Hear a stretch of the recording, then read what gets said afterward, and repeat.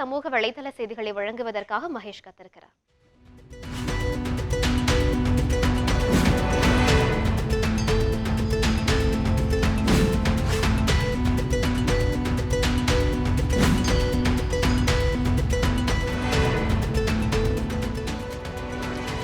நன்றி அனிதா. இப்போது சோஷியல் மீடியாஸில் என்னென்ன செய்திகள் டாப் ட்ரெண்டிங்கில் இருக்குன்றது தான் இப்போ பார்க்க போகிறோம். ஃபஸ்ட்டு என்ன அப்படின்னு பார்த்தீங்கன்னா, டெல்லியில் இருக்கிற ஆம் ஆத்மி எம்எல்ஏ வந்து ஒருத்தர் கைது செய்யப்பட்டிருக்கிறாரு. அவர் யாருன்னு பார்த்தீங்கன்னா, ஆம் ஆத்மி எம்எல்ஏ பார்ட்டி வந்து அமானத்துல்லா கான் அப்படின்னு சொல்லிட்டு ஒரு பார்ட்டி வந்து கைது செய்திருக்கிறாரு. எந்த காரணத்துக்காக அவர் கைது செய்யப்பட்டிருக்கிறாருன்னு பார்த்தீங்கன்னா, செக்ஷுவல் ஹராஸ்மெண்ட் அப்படின்ற ஒரு கேஸ் அவர் மேலே ஃபைல் பண்ணியிருக்கிறாங்க. என்ன ரீசன் அப்படின்னு சொல்லிட்டு பார்த்தீங்கன்னா, கடந்த சமீபத்தில் வந்து ஆம் ஆத்மி கட்சி எம்எல்ஏ மேலே நிறைய அவதூறு புகார்கள் வந்து கொடுத்து நிறைய இதுவரைக்கும் 15 ஆம் ஆத்மி எம்எல்ஏக்கள் வந்து கைது செய்யப்பட்டிருக்கிறதா சொல்லியிருக்கிறாங்க. டெல்லியில் மட்டும்.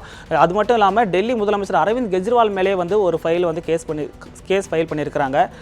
அந்த இதுதான் வந்து ஹேஷ்டேக் போயிட்டு இருக்குது. ஏஏபி எம்எல்ஏ அமானத்துல்லா கான் அப்படின்ற ஹேஷ்டேக் தான் வந்து டாப் ட்ரெண்டிங்கில் இருக்குது. அதை பற்றி தான் ஒரு போஸ்ட் போட்டிருக்கிறாரு. அதுக்கு அடுத்து தான் என்ன நியூஸ் அப்படின்னு பார்த்தீங்கன்னா, தற்போது வந்து நேற்று வந்து பார்த்தீங்கன்னா காவிரி மேலாண்மை வாரியத்தை வந்து 4 வாரத்தில் அமைக்கணும் அப்படின்னு சொல்லிட்டு மத்திய அரசுக்கு வந்து உச்சநீதிமன்றம் நேற்று உத்தரவு பிறப்பிச்சிருந்தது. அந்த உத்தரவிற்கு வந்து எதிர்ப்பு தெரிவித்து வந்து கர்நாடக மாநிலத்தை வந்து அனைத்து கட்சி கூட்டத்தை கூட்டணும் அப்படின்னு சொல்லியிருந்தாங்க. இன்றைக்கி வந்து அந்த அனைத்து கட்சி கூட்டுறதா இருக்குது.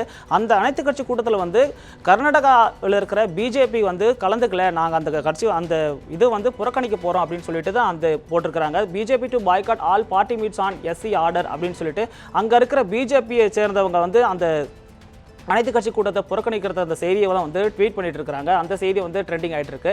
அதுக்கு அடுத்தது என்னன்னு பார்த்தீங்கன்னா, தமிழகத்தில் வந்து இந்த சின்னமலை, அதாவது சின்னமலை டு ஏர்போர்ட்டுக்கான மெட்ரோ ரயில் வந்து இன்னைக்கு ஆரம்பிச்சிருக்கிறாங்க. அந்த மெட்ரோ ரயில் புகைப்படங்கள் சம்மந்தமான போஸ்ட் தான் போட்டிருக்கிறாங்க. இன்னைக்கு ஆரம்பித்த அந்த Chinnamalai to airport, Chennai airport metro station வந்து சுரங்க வழி பாதையாகவும் மேம்பால வழி பாதையாகவும் இருக்குது.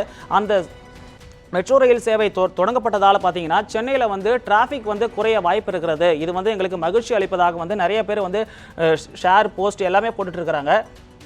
இந்த மெட்ரோ ரயில் சேவையில் வந்து இன்றைக்கி ஆரம்பித்த முதலமைச்சர் ஜெயலலிதா இன்றைக்கி துவங்கி வச்சுருக்கிறாங்க.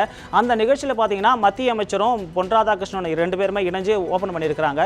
அந்த காட்சிகளை தான் வந்து எல்லாருமே ஷேர் பண்ணிட்டு இருக்கிறாங்க. அது மட்டும் இல்லாமல் அது மெட்ரோ ஸ்டேஷன் உள்ள இன்டீரியர் ஒரு ஸ்டில்ஸை வந்து போட்டிருக்கிறாங்க. அந்த ஸ்டில்ஸை நீங்கள் பார்க்கலாம். அதுக்கு அடுத்ததாக என்ன நியூஸ் அப்படின்னு பார்த்தீங்கன்னா, சமீபத்தில் வந்து காஷ்மீர் மாநிலத்தில் உள்ள உரி பகுதியில் வந்து தீவிரவாதிகள் தாக்குதலால் ஒரு 17 வந்து ராணுவ வீரர்கள் கொல்லப்பட்டிருந்தாங்க. அந்த செய்தி வந்து மனோகர் பாரிகர் சொல்லியிருக்காரு. அது வந்து ஒரு கவலை அளிக்கக்கூடிய ஒரு விஷயம் அப்படின்னு சொல்லிட்டு இருக்கிறாரு. அந்த விஷயம் வந்து திரும்ப நாங்கள் நடக்காமல் அந்த விஷயத்தில் வந்து ஏதோ ஒரு தவறு நடந்திருக்கிறது.